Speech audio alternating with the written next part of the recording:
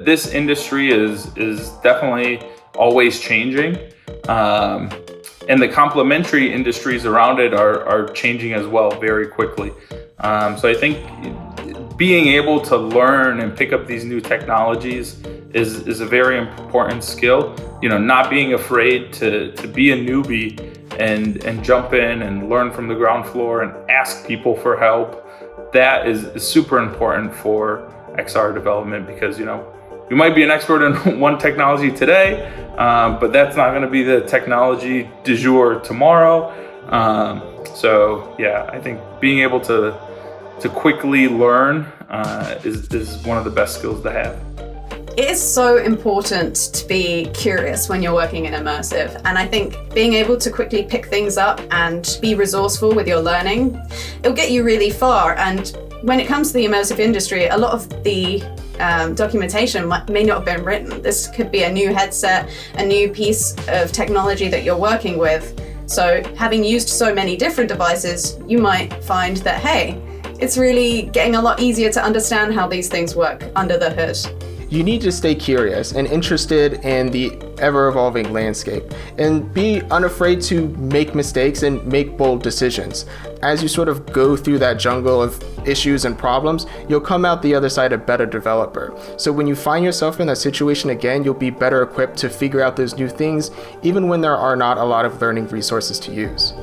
It is really beneficial to keep yourself up to date when it comes to libraries and tools, because obviously if you do any work for clients, they're not going to know as much as you do. And a lot of times you're going to be the translator of the idea they have in their head to the technology that's actually available. They're going to come to you as their VR expert and say, hey, can we do this? And it's going to be on you to use your knowledge and expertise to let them know what you can and cannot do.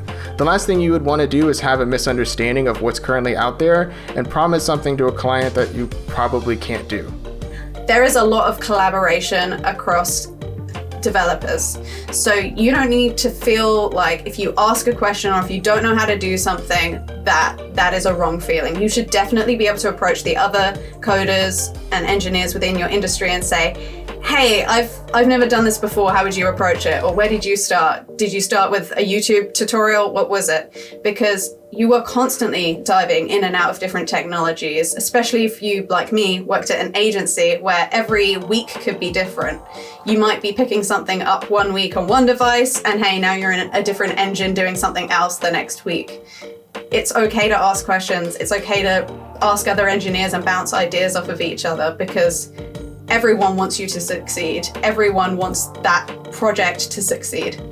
Documentation is going to be a great resource as well for learning about code examples and how to actually implement something. So it really is beneficial for you to be able to know where to look and how to read documentation for trying to be ahead of the curve when it comes to using new technology. Documentation is key, and especially if you're interested in the engineering side, you need to be able to look at those lower level APIs.